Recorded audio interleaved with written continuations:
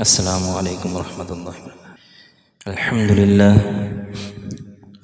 للہ نحمده ونستعینه ونستغفره ونؤمن به ونتوکل علیہ ونعوذ باللہ من شرور انفسنا ومن سیئات اعمالنا، من يهده الله فلا مضل له ومن يضلله فلا هادي له، ونشهد أن لا إله إلا الله وحده لا شريك له، ونشهد أن سيدنا ومولانا محمدا عبده ورسوله أما بعد، فقال النبي صلى الله عليه وسلم: اللهم اجعله هاديا مهديا واهد به. صدق رسوله النبي الكريم، ونحن على ذلك لمن الشاهدين والشاكرين، والحمد لله رب العالمين۔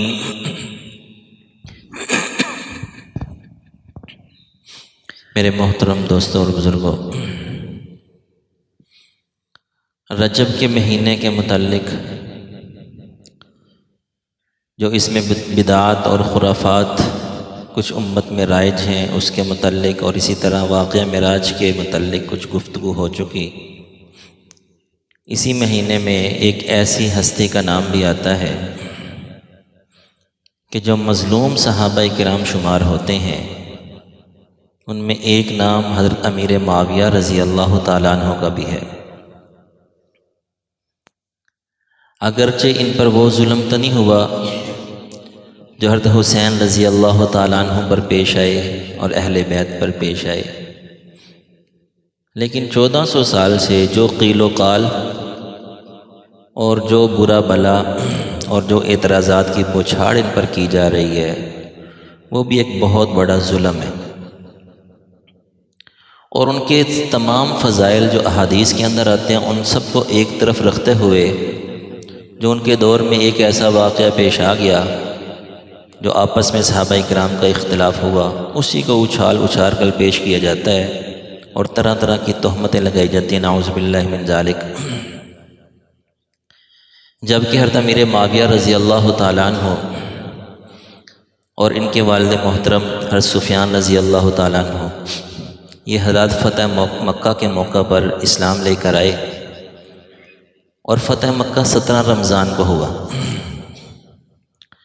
اور اس کے کچھ ہی دنوں بعد آپ صلی اللہ علیہ وسلم نے حنین کی طرف پیش قدمی فرمائی اور غزوہ حنین پیش آیا، جس میں ان دونوں حضرات نے شرکت کی، اور حضرت امیر معاویہ رضی اللہ تعالیٰ عنہ نے نمایاں کارکردگی اس میں دکھائی، اور آپ صلی اللہ علیہ وسلم نے ان کو 100 اونٹ عطا فرمائے اور 40 اوقیہ چاندی عطا فرمائی، اور آپ صلی اللہ علیہ وسلم نے فرمایا: اللہم اجعلہ ہادیا مہدیا واہد بہ، کہ یا اللہ ان کو ہادی بنا، ہدایت دینے والا، مہدیا ہدایت یافتہ، واہد بہ اور ان کے ذریعے سے امت کو ہدایت عطا فرما۔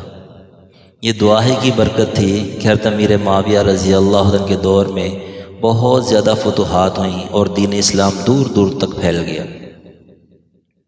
اسی طرح ان کے کئی فضائل احادیث کے اندر آتے ہیں۔ ان کو جو مشہور کاتب وحی کہا جاتا ہے، اس میں نمایاں نام تو حضرت زید رضی اللہ عنہ کا ہے، اور اس کے بعد حضرت امیر معاویہ رضی اللہ عنہ کو کاتب وحی شمار کیا جاتا ہے، کہ کئی خطوط انہوں نے لکھے جو آپ صلی اللہ علیہ وسلم بادشاہوں کی طرف خطوط روانہ فرماتے تھے، وہ حضرت امیر معاویہ سے کتابت ہوئی۔ اسی طرح قرآن پاک لکھا کرتے تھے، جو وحی نازل ہوتی اس کو لکھا کرتے تھے۔ تو یہ صحابہ کرام کے درمیان کاتب وحی کے اعتبار سے بھی مشہور تھے، شہرت رکھتے تھے، اور چونکہ یہ ایک بہت بڑا کام ہوتا ہے جس پر اعتماد ہوتا ہے، اسی سے لیا جاتا ہے کہ وحی کو لکھنا ہے، تو گویا کہ یہ اللہ تعالیٰ کی منظوری کے بغیر تو ہو ہی نہیں سکتا۔ اسی طرح ایک موقع پر چونکہ ایک زوجہ محترمہ ام المومن حضرت ام حبیبہ رضی اللہ تعالیٰ عنہ آپ علیہ السلام کی زوجہ محترمہ ہیں، تو یہ ان کے بھائی ہیں حضرت امیر معاویہ، تو ایک مرتبہ گھر میں بیٹھے ہوئے تھے، حضرت ام حبیبہ رضی اللہ تعالی عنہ ان کا سر دیکھ رہی تھی، تو آپ علیہ السلام آگے اور آپ علیہ السلام نے فرمایا کہ تمہیں اپنے بھائی سے پیار ہے؟ تو انہوں نے کہا یا رسول اللہ، بہن بھائیوں کو تو آپس میں محبت اور پیار ہوتا ہی ہے۔ تو آپ علیہ السلام نے فرمایا کہ اللہ اور اس کا رسول بھی ان سے پیار کرتے۔ اسی طرح ایک موقع پر آپ صلی اللہ علیہ وسلم نے ان کو سواری پر بٹھایا ہوا تھا، آگے آپ علیہ السلام تھے اور پیچھے یہ تھے۔ تو آپ صلی اللہ علیہ وسلم فرمانے لگے کہ اے معاویہ، تمہارے جسم کا کون سا حصہ میرے جسم سے لگ رہا ہے؟ تو انہوں نے کہا یا رسول اللہ، میرا سینہ آپ کے جسم سے لگ رہا ہے۔ تو آپ علیہ السلام نے فرمایا اللہم املأہ علما، یا اللہ ان کے سینے کو علم سے بھر دیجیے۔ اسی طرح ایک موقع پر آپ صلی اللہ علیہ وسلم نے ان کو دعا دی اللہم علمہ الکتاب والحساب ووقہ العذاب، کہ یا اللہ ان کو کتاب کا علم عطا فرمائیے، قرآن پاک کا، اور ان کو حساب کا علم عطا فرمائیے، کیونکہ حساب کا علم رکھنا بھی ضروری ہے۔ کہ جیسے دیکھیے جو فرائض ہیں، جو میراث ہے، تو میراث کا علم تبھی ہوگا جب حساب کا علم ہوگا، اگر حساب کا علم نہیں تو میراث کا علم نہیں ہو سکتا۔ تو آپ نے فرمایا کہ یا اللہ ان کو حساب کے علم عطا فرمائیے، ووقہ العذاب، اور ان کو عذاب سے بچائیے۔ ایک اور روایت میں آتا ہے اللہم علم المعاویۃ الکتاب، کہ یا اللہ معاویہ کو کتاب کے علم عطا فرمائیے، ومکنہ فی البلاد، اور ان کو سلطنت عطا فرمائیے، ووقہ العذاب، ان کو عذاب سے بچائیے۔ تو یہ ان دعاؤں کا ہی ثمرہ تھا کہ حضرت امیر معاویہ رضی اللہ عنہ تقریباً 40 سال انہوں نے حکومت کی، 20 سال تو گورنر کی حالت میں گورنر رہے، شام کے گورنر۔ حضرت عمر فاروق رضی اللہ تعالیٰ نے ان کو شام کا گورنر بنایا تھا۔ پہلے ان کے بھائی تھے حضرت امیر معاویہ کے بڑے بھائی یزید بن ابی سفیان، یہ یزید حضرت سفیان کے بیٹے تھے، اور یہ صحابی رسول تھے۔ وہ جو یزید ان کے بیٹے نا حضرت امیر معاویہ، وہ نہیں، وہ تو علیحدہ ہیں، تو وہ تو صحابی نہیں تھے، یہ یزید صحابی تھے، حضرت سفیان کے بیٹے۔ تو حضرت عمر فاروق نے ان کو پہلے گورنر بنایا، جب وہ فوت ہو گئے تو پھر حضرت امیر معاویہ رضی اللہ عنہ کو شام کا گورنر بنایا۔ ان کے دور خلافت میں تقریباً 10 سال یہ گورنر رہے، اور اس کے بعد حضرت عثمان غنی رضی اللہ عنہ کا دور آیا تو انہوں نے ان کی گورنری کو بحال رکھا، بلکہ مزید علاقے، فلسطین کا علاقہ بھی ان کو دے دیا، اور اسی طرح اردن کا علاقہ بھی ان کو دے دیا۔ تو یہ وہاں کے گورنر رہے 20 سال۔ تو چونکہ حضور نے فرمایا تھا ان کو یا اللہ سلطنت عطا فرما، تو گورنر ہونا بھی ایک سلطنت ہوتا ہے، اسلامی نظام قائم رکھنا، اس میں تعاون کرنا، یہ بھی ہے کہ اس کی خدمت ہوتی۔ تو اسی طرح جب حضرت عثمان غنی شہید ہو گئے، اس کے بعد معاملات میں اختلاف ہوا، اور آخر کار حضرت حسن رضی اللہ تعالیٰ نے جب صلح کی تو پھر یہ خلیفہ بن گئے، اور 20 سال اس طرح انہوں نے گزارے، تو گویا کہ اس اعتبار سے 40 سال بنتے۔ تو ان کی ایک اور بھی بڑی عجیب فضیلت ہے کہ ایک حدیث میں آتا ہے، بخاری شریف کی روایت ہے، جس کا مفہوم یہ ہے کہ ایک مرتبہ آپ صلی اللہ علیہ وسلم حضرت ام حرام کے گھر میں آرام فرما رہے تھے کہ آپ صلی اللہ علیہ وسلم مسکراتے ہوئے بیدار ہوئے۔ تو انہوں نے عرض کیا یا رسول اللہ آپ کس وجہ سے مسکرا رہے ہیں؟ تو آپ علیہ السلام نے فرمایا کہ میں نے دیکھا کہ میری امت غزوہ بحر کر رہی ہے، بحری غزوہ کر رہی ہے۔ تو حضور نے جو نا فضیلت بتائی کہ جو غزوہ بحر کرے گا نا، تو آپ نے فرمایا اول جیش من امتی یغزون البحر قد اوجبوا، او کما قال علیہ الصلوۃ والسلام، کہ میری امت کا پہلا لشکر جو غزوہ بحر، یعنی پانی کی لڑائی جو ہوتی ہے، نیوی فوج جو غزوہ بحر کرے گا، اللہ تعالیٰ نے ان کے لیے جنت کو واجب قرار دے دی ہے۔ اب جب ان کا یہ گورنر تھے تو حضرت عثمان غنی رضی اللہ تعالیٰ عنہ کے دور میں انہوں نے اجازت مانگی کہ ہماری بری فوج تو ہے، زمینی فوج، تو آپ مجھے اجازت دیجیے کہ میں نیوی فوج بھی بناؤں، اور مجھے اجازت دیجیے کہ میں بحری بیڑا بھی بناؤں۔ تو انہیں اجازت دے دی، تو یہ بانی ہے نیوی کے۔ اور اس طرح جو سب سے پہلا بحری بیڑا بنایا وہ حضرت امیر معاویہ رضی اللہ عنہ نے بنایا۔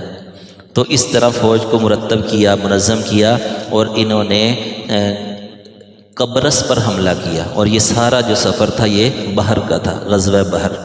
تو گویا کہ جو پہلا غزوہ بحر ہوا وہ ان کو توفیق ملی۔ اس اعتبار سے چونکہ حضرت عثمان غنی کی خلافت میں ہوا تھا تو وہ بھی اس حدیث کا مصداق بن گئے، اور چونکہ یہ تو خود غزوہ بحر کرنے والے تھے تو ان کے لیے جنت کی بشارت دی کہ جو پہلا دستہ، پہلا لشکر غزوہ بحر کرے گا ان پر جنت واجب ہے، اور پوری امت کا اتفاق ہے کہ سب سے پہلا جو غزوہ بحر کیا وہ حضرت امیر معاویہ رضی اللہ تعالی عنہ نے کیا۔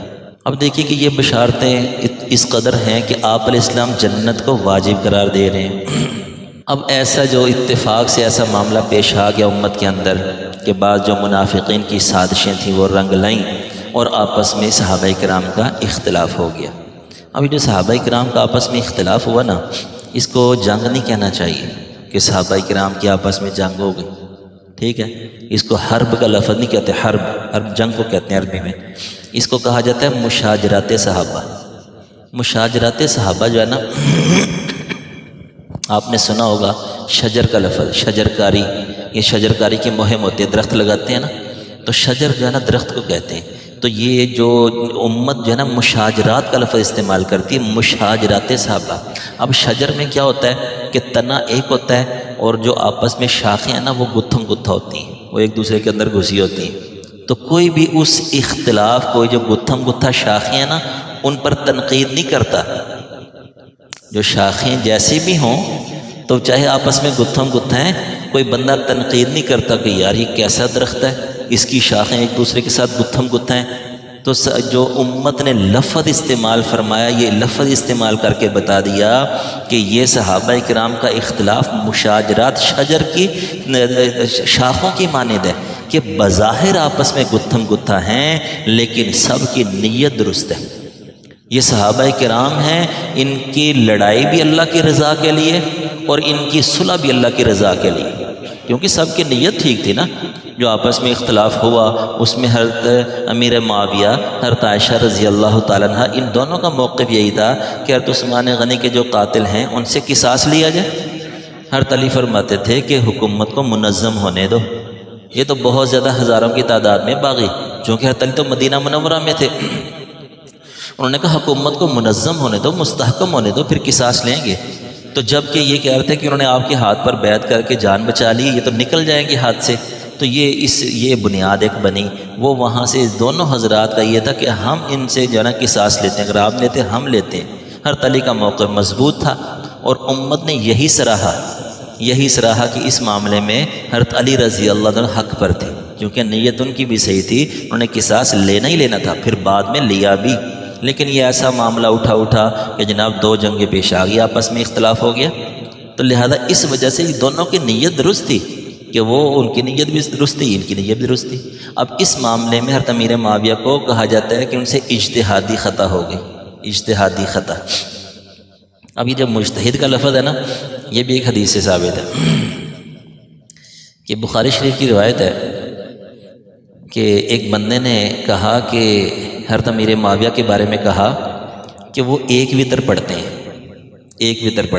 اب اعتراض کیوں کیا؟ کیونکہ جمہور امت کا یہی عمل ہے کہ وتر 3 پڑھتے ہیں، افضل بھی یہی ہے کہ وتر 3 پڑھتے ہیں۔ حضرت امیر معاویہ ایک وتر پڑھتے تھے۔ حضرت ابن عباس نے کہا کہ ان کو چھوڑ دو، انہو فقیہ مجتہد، کہ وہ فقیہ آدمی ہے، مجتہد آدمی ہے۔ تو انہوں نے حدیث سے اجتہاد کیا ہوگا، ان کے اجتہاد میں آ گیا ایک تو ایک پڑھے۔ تو گویا کہ یہ اس درجے کے مسئلے ہیں، کوئی لڑائی جھگڑے والے مسئلے نہیں ہیں کہ جمہور امت ایک طرف ہے اور اکابر صحابہ 3 ہی پڑھ رہے ہیں، اور افضل بھی یہی ہے کہ 3 ہی پڑھے جائیں، زیادہ ثواب بھی اسی میں بخاری شریف کی روایت سے بھی ثابت ہے 3 کی جاتی ہے۔ تو لیکن ایک طرف حضرت امیر معاویہ، وہ بھی چھوٹی ہستی نہیں ہے، تو اگر وہ ایک پڑھ رہے ہیں تو گویا کہ اس میں بھی گنجائش نکال دی انہوں نے۔ تو وہ فرما رہے ہیں انہو فقیہ مجتہد، کہ وہ فقیہ آدمی ہے، مجتہد آدمی، ان کو چھوڑ دو۔ تو جب مجتہد آدمی اجتہاد کرتا ہے تو اجتہاد میں خطا بھی ہو جاتی ہے۔ تو گویا کہ اس معاملے میں حضرت علی رضی اللہ عنہ کی رائے کو سمجھنے میں ان سے خطا ہو گئی کہ انہوں نے اس وقت جلدی سے کام لیا، تو جس سے یہ سارا معاملہ پیش آیا۔ تو دیکھیے کہ جو بھی معاملہ پیش آیا، اس کے باوجود اللہ تعالیٰ نے ان حضرات کے لیے جو لفظ استعمال فرمایا نا، وہ استعمال فرمایا رحماء بینہم، کہ جتنے صحابہ ہیں آپس میں سب کے سب رحم دل ہیں۔ رحماء بینہم اشداء علی الکفار رحماء بینہم، کافروں پر سخت ہیں، آپس میں رحم دل ہیں۔ اللہ تعالیٰ کے علم میں تھا کہ ان کی لڑائیاں ہوں گی آپس میں، اس کے باوجود رحماء فرمایا، اور یہ بھی فرما دیا رضی اللہ عنہم ورضوا عنہ، کہ اللہ ان سے راضی ہو گیا۔ اللہ تعالیٰ کے علم میں تھا کہ لڑائیاں ہوں گی، اس کے باوجود اللہ تعالیٰ فرما رہے ہیں راضی ہو گئے۔ اس کے باوجود اللہ تعالیٰ فرما رہے ہیں، ایک جو حدیث ہوتی ہے وہ بھی من جانب اللہ ہی ہوتی ہے کہ حضور فرما رہے ہیں قد اوجبوا، جنت واجب ہے، حضور تو جنت واجب قرار دے کر جا رہے ہیں، حالانکہ لڑائیاں اللہ کے علم میں تھیں، اور حضور دعا دے کر جا رہے ہیں کہ اللہ تعالیٰ تمہیں سلطنت عطا فرمائیں۔ تو ہمیں اس میں کوئی ایسی تنقید نہیں کرنی چاہیے، یہ مشاجرات کی مانند ہے، جس طرح درخت کی شاخیں آپس میں گتھم گتھا ہوتی ہیں، کوئی تنقید نہیں کرتا، اسی طرح صحابہ کرام بظاہر آپس میں گتھم گتھا ہو گئے تو اس میں تنقید نہیں کرنی چاہیے، بس ایمان رکھنا چاہیے، اس میں سکوت اختیار کرنا چاہیے۔